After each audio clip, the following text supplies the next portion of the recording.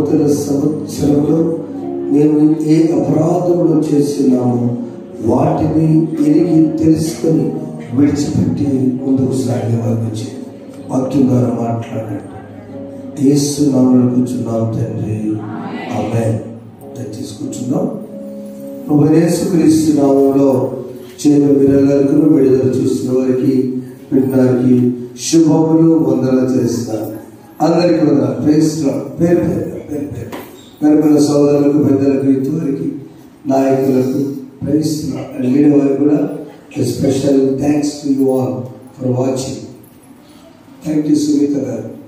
రాకుండా కూడా చక్కగా రాలేక పరిస్థితుల్లో కూడా నేను వెళ్ళి ఆ యూట్యూబ్ కార్డు ఇచ్చినప్పుడు వారి ఇంట్లో దర్శించినప్పుడు చక్కగా వారు దాన్ని వీక్షించారు. చాలా చోట్ల మన సంఘాలు దాని కార్యక్రమం వీక్షిస్తున్నారు. వారందరికీ నేను సంఘపక్షంగా కుటుంబపక్ష వందనాలు. ఈ దినాన దేవుడు మనను సంచరించినందుకు క్రిస్మస్ తర్వాతి ఆదివారం చాలా ప్రాముఖ్యమైన దినం. పండుగ అనంతరం ఏ కుటుంబాల్లో శోధన లేకుండా, వేదన లేకుండా ఈ నూతన సంవత్సరానికి పండుగకు మధ్య ప్రశాంతమైన వాతావరణం ఉండాలని ఇంత ప్రార్థన చేస్తున్నాము. అది కోరుకుంటూ కూడా మంచిది. నూతన సంవత్సరానికి పండుగకు మధ్య ఉన్న 7 దినాలు చాలా ప్రాముఖ్యమైన దినాలు. సంపూర్ణ రాత్రి ప్రార్థనలో ఒక పాప, ఒక ఇంజనీర్ వెళుతూ uncle, I was so satisfied. ఆ పాప ఎప్పుడు రాదు. ఆ బిడ్డలు దూరం నుంచి, అంగకుల నుంచి వచ్చి చిన్ని మాట చెప్పారు, అంకుల్ ఈ రోజున ఆల్ నైట్ ప్రేయర్, నేను సంతోషం. చెప్పలేదు ఒకసారి. ఆ పాపలో ఉన్న చిన్న మాట ఏంటమ్మా, నేను చెప్పలేకపోతున్నాను, నేను సంతోషం. సంపూర్ణ రాత్రిలో మనం పెట్టిన మొర, మన ప్రార్థన, మన ఆశ, మన తైలముతో ప్రార్థించుకునే ప్రతి అంశం, రాయబడిన ప్రతి అంశంలో దేవుడు ఆలోచించున్నాడని నమ్మి వెళ్ళింది. కాబట్టి the end should be very peaceful. ఏ చిన్న విషయాలు, చిన్నవి మన ఆధిక్యతలు కూడా వి షుడ్ ఫర్గెట్. చదవడం ఒక నుండి అందుకని సంతోషంగా ముగించుకుందాం. ఎప్పుడైతే సంతోషం ముగిస్తే సంతోషంతో ప్రారంభం అవుతుంది. మన మనసులను విశాలపరుచుకొని దేవుని సన్నిధిలో మీకు మనవి చేస్తూ ఉన్నాను. అపొస్తలుడైన పౌలు గలతీయులకు రాసిన పత్రిక 4వ అధ్యాయము 7వ వచనాన్ని మనముగా తీసుకున్నాం. కాబట్టి నీవు ఇక దాసుడవు కావు, కుమారుడైతే దేవుని ద్వారా వారసుడవు. ప్రియమైన దేవుని బిడ్డలారా, ఈ కాబట్టి అనే మాట జరిగితేనే మిగతా అన్ని వస్తాయి. అసైన్మెంట్. ఒక దాసుడు ఎవరు అంటే యజమానుల దగ్గర పనిచేస్తూ కొంత జీతాన్ని తీసుకుంటూ ఎదురు చెప్పకుండా ఏదైతే యజమానుడు చెప్పాడో అదంతా కూడా చేయటానికి తన శక్తి వంచన లేకుండా చేసేవాడు దాసుడు. జీతానికి ఉన్నాడు. చూసారా, గ్రామాల్లో రైతు దగ్గర జీతానికి ఉన్నాడు. వస్త్రాలు ఇస్తాడు ఆయన, భోజనం పెడతాడు. ఆ తల్లిదండ్రులు ఎప్పుడన్నా వచ్చి చూసి వెళ్ళాల్సిందే. దూరం అయితే ఆ తల్లిదండ్రులు భోజనం పెడతారు. సంవత్సరానికి ఒక్కసారి 300, 200, 400 ఆ దినాలలో నేను చూసిన 1983వ సంవత్సరం, సుమారు 41 సంవత్సరాల క్రితం ఒక జీతగాడు, మా జీతగాడు అని చెప్పాడు పరిచయం ఆయన. నేను 8th క్లాస్. అదేంటి నాకు అర్థం కాలేదు. ఎందుకంటే వాళ్ళు పేదవారు కాబట్టి మనవాడు విలువ ఇస్తాడు. మా పుట్టోడు అంటారు, మా జీతగాడు మా ఇంట్లోనే ఉంటాడు, మేమిద్దరం తింటాడు, మేపడు పడుకుంటాడు. కానీ ఎప్పుడు తన పని చేయడమే, ఫంక్షన్ వెళ్ళడానికి లేదు. కొడుకులాగా ఎక్కించుకొని సందర్భం నుంచి రెండపాడు గుర్రబండి ఉండేది. గుర్రబండి నూతన వస్త్రాలు తీసుకెళ్ళడానికి వీల్లేదు. జీతగా మేము ఊరిలో కూడా కాపలా ఉండేవాడు జీతగా. ఈ సర్వెంట్ ఈ దాసుని స్థితి నుంచి విమోచించబడి 2వ స్టెప్, ఒకవేళ దత్తత తీసుకుంటే కుమారుడు అవుతాడు. 5వ వచనం చదువు, 4వ వచనం. అయితే కాలం పరిపూర్ణమైనప్పుడు దేవుడు తన కుమారుని పంపెను. ఆయన స్త్రీ యందు పుట్టి మనము దత్తపుత్రులము కావాలని ధర్మశాస్త్రమునకు లోబడిన వారిని విమోచించగై ధర్మశాస్త్రం లోబడిన వాడు ఆయన. దత్తపుత్రులను 5వ అంకె క్రింద చదివిస్తే స్వీకృత పుత్రులము, రిసీవ్డ్ సన్స్. దాసుడైతే ఆ లైఫ్ కంటే తన పుట్టిన దాసుల కోసమా జీవితాంతం అంతేనా? ఎప్పుడు విడుదల, ఎప్పుడు నా సొంత పొలము, ఎప్పుడు నా సొంత పని, ఎప్పుడు నా తల్లి తండ్రి దగ్గర నా గారాబంగానే పడుకుంటానో కుదరదు. అమ్మ బాగా ఇల్లు వస్తాను అయ్యారండి అంటే సరే నా ఇల్లు సాయంత్రం రా, పని చేస్తారు, పేడకడం తీస్తారు, చేలికి ఎవరు వెళ్తారు? నా కొడుకులు వాళ్ళ కౌలు పిల్లలు, వాళ్ళు చేయరు, వాళ్ళు బడికెళ్తున్నారు. దాసుడు. ఆ దాస్యత్వపు జీవితాల నుంచి 2వ స్టెప్ కుమారుడు. అంత ఈజీ కాదు కుమారుడు. ఆ దాస్యత్వంలో నమ్మకత్వం, యజమానికి ఆశ కలగాలి, క్రమశిక్షణ ఉండాలి, అడగకూడదు. అడిగితే మరి ఎవరు నేను నువ్వు పెట్టుకుంటాను.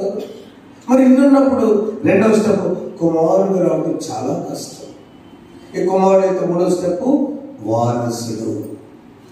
దాసుడు, చెప్పండి దాసుడు, 2 కుమారుడు, 3 ఇక ఆస్తి మొత్తం నీదే. నా ప్రియమైన దేవుని బిడ్డలారా, do you want to pray for your redemption?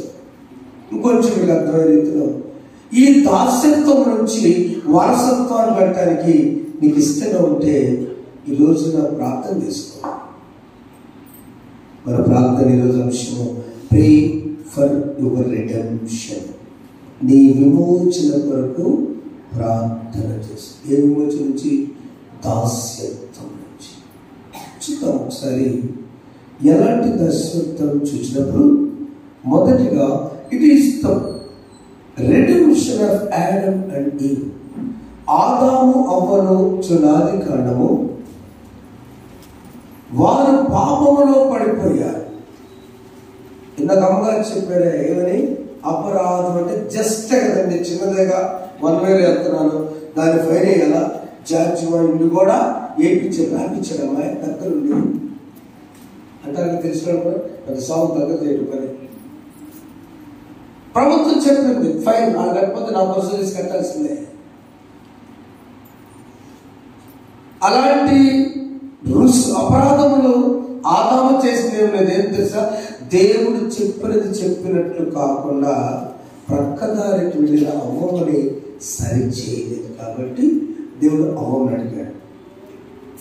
దేవుడు ఏం చెప్పాడమ్మా? మెదు తిన్నా దేవుడు నేను ఏ సమాధానం చెప్పాలల్లా?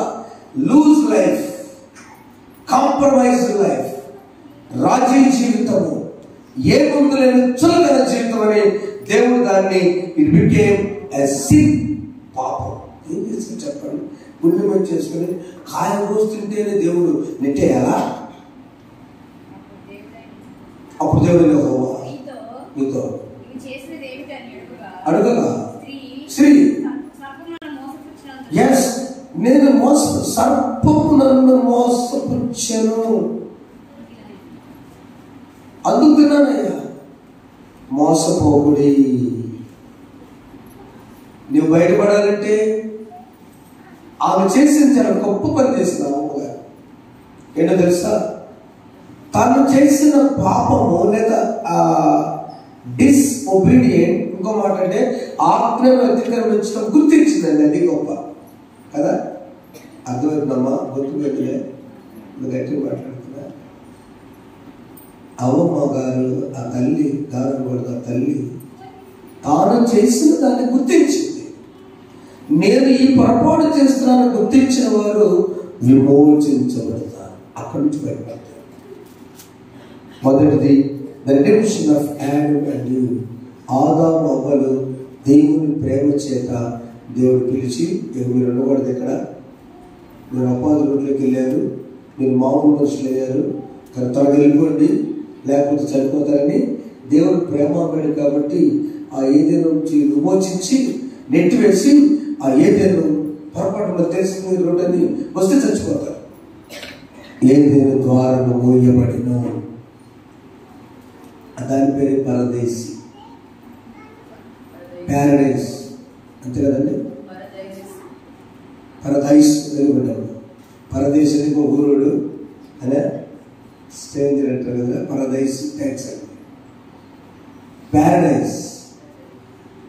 ఏ ప్యారడైజ్ అయితే ఆనందంగా ఉన్న ప్యారడైజ్ దేవుడు దుఃఖపడుతూ ఉన్నాడు. నేను ప్రేమించిన నా మానవుడు ఎవరి కోసం ఇదంతా చేశాను, ఎవరి కోసం సూర్యుడు, ఎవరి కోసం చంద్రుడు, ఎవరి కోసం సృష్టి, ఎవరి కోసం చెట్లు, ఎవరి కోసం పండ్లు, ఎవరి కోసం నదులు, ఎవరి కోసం క్రూరత్వం లేని జంతువులు, సింహాలు క్రూరత్వం లేదు, అందరూ బాగుండవు. Why this creation for my son, నేను సృష్టించుకున్న నా రూపాన్ని పెట్టేటువంటి నా కుమారుడైన ఆదాము తను తెచ్చుకున్న అవ్వ దేవర్ ఫాలెన్ కనుక వీళ్ళు తీసుకుని తెచ్చుకోవటమే దత్తపుత్రత్వం. చెప్పలేదు ఒకసారి, వీళ్ళందరూ తీసుకురావాలి. ఏ ఆదాము సంతానం బయటకు వెళ్ళిందో దాస్యత్వంలోకి వెళ్ళిపోయారు. Number 2, the redemption of Israel's. యెషయా గ్రంథం 41వ అధ్యాయం 14వ వచనం చూసినట్లయితే భయపడు,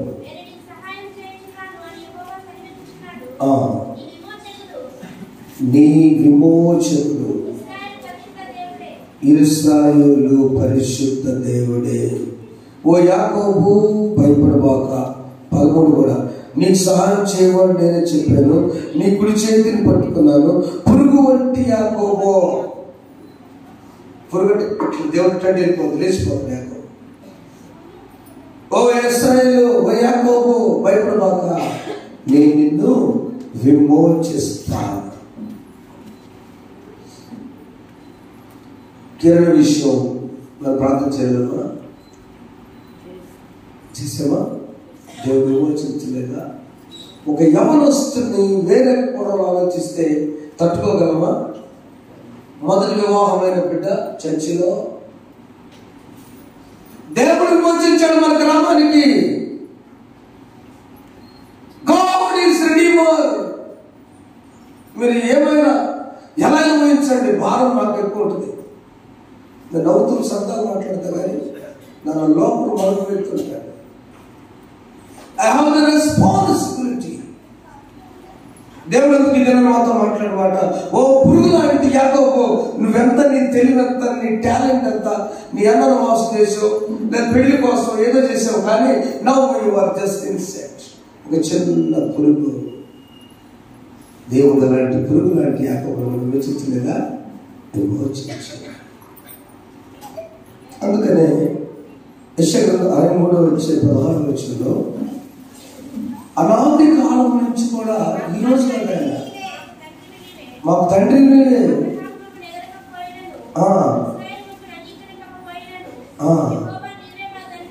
అంతే, యెహోవా నీవే మా తండ్రి. అనాది కాలం నుండి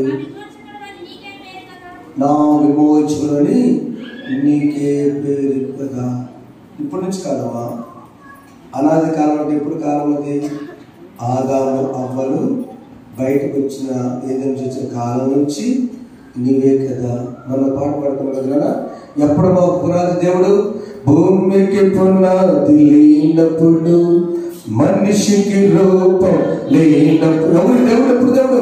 భూమికి పునాది లేనప్పుడు, మనిషికి రూపం లేనప్పుడు, జలములపై నాడు ఆత్మను కలిగి దేవుడు, దేవుడు, దేవుడు, దేవుడు, మన దేవుడు, దేవుడు.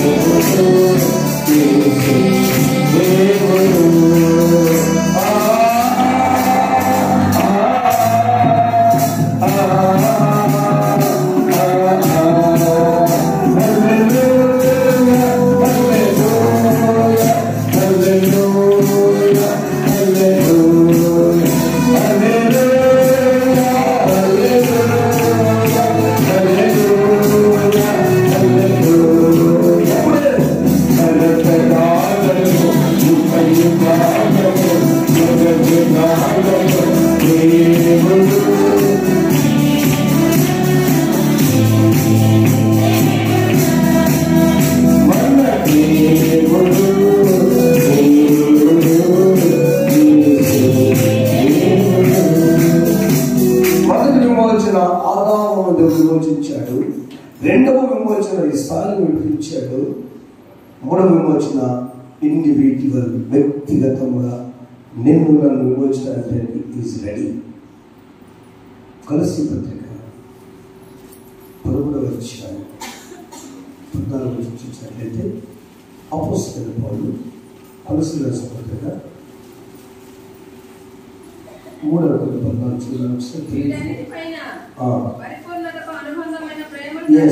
వీటన్నిటిపైన పరిపూర్ణతకు అనుబంధమైన ప్రేమను ధరించుకోండి. క్రీస్తు అనుగ్రహించు సమాధానము మీరు ఎదుర్చున్నది. ఇందుకొరకే మీరొక్క శరీరముగా పిలువబడితే చాలండి. స్పిరిచువల్ రిడెంప్షన్, ఆధ్యాత్మికంగా మిమ్మల్ని ఒక్కొక్కరిని విడిపించడానికి నా ప్రియకుమారుని పంపించి విమోచించడం. జనరల్గా ఐగుప్తీయులు మొత్తాన్ని ఎర్ర సముద్రం 2 బాయలుగా చేస్తే మొత్తం కొట్టుకొని అదరికి వచ్చారు కదా, మాస్ కమ్యూనల్. ఓకే సార్, ఇప్పుడు కుదరదు రక్షణ. ఫస్ట్ ఒక్క రక్షించబడితే ఫ్యామిలీ రక్షణ కుదరదు. ద సాల్వేషన్ ఈజ్ ఇండివిజువల్, వ్యక్తిగతమైనది. లేకపోతే ఒకళ్ళ దాసుడు పోయి దత్తపుత్రుడు అవుతాడు, దత్తపుత్రుడు కుమారుడు అవుతాడు, కుమారుడు వారసుడు అవుతాడు. దాసుడు, కుమారుడు, వారసుడు. మిగతా బ్యాచ్ దాసులే, కుదరదు. ఒక్కరే. ఒక ఆధార్ కార్డు మీద అన్ని పనులు అవుతాయి. ఇంటి పనులు అవుతాయేమో. ఒక ఆధార్ కార్డు అవుతాయా? మన పెళ్ళి చాలా బాగుంటుంది. అయితేనండి మొన్న ఆధార్ కార్డు ఇస్తున్నాడు. ఏంటంటే బాధ అది రైతుకి ఉందా? ఎవరు చెప్పారు? నాకు లేదు ఆధార్ కార్డు కొట్టినప్పుడు ఉన్నా బతలా కాదు, అవసరం అసలు ఆధారం యేసు. వ్యక్తిగతంగా రక్షణ కోసము మనం ఏం చేయండి? అయ్యా ఇక జరిగింది ఏదో జరిగిపోయింది. నేను అమ్మగారు మంచి పురాలు చేసేవాళ్ళ, నేను అపరాధి, నేను అప్పుడు ఏమవుతాడు? మనము పిల్లలము అవుతాం. రోమపత్రిక 8వ అధ్యాయము 16-17 వచనాల్లో వ్యక్తిగత రక్షణ, వ్యక్తిగత విమోచించుకోవాలంటే మనము దేవుని పిల్లలమని, అది మనము దేవుని పిల్లలమని ఆత్మ తాను సాక్షి వస్తుంది.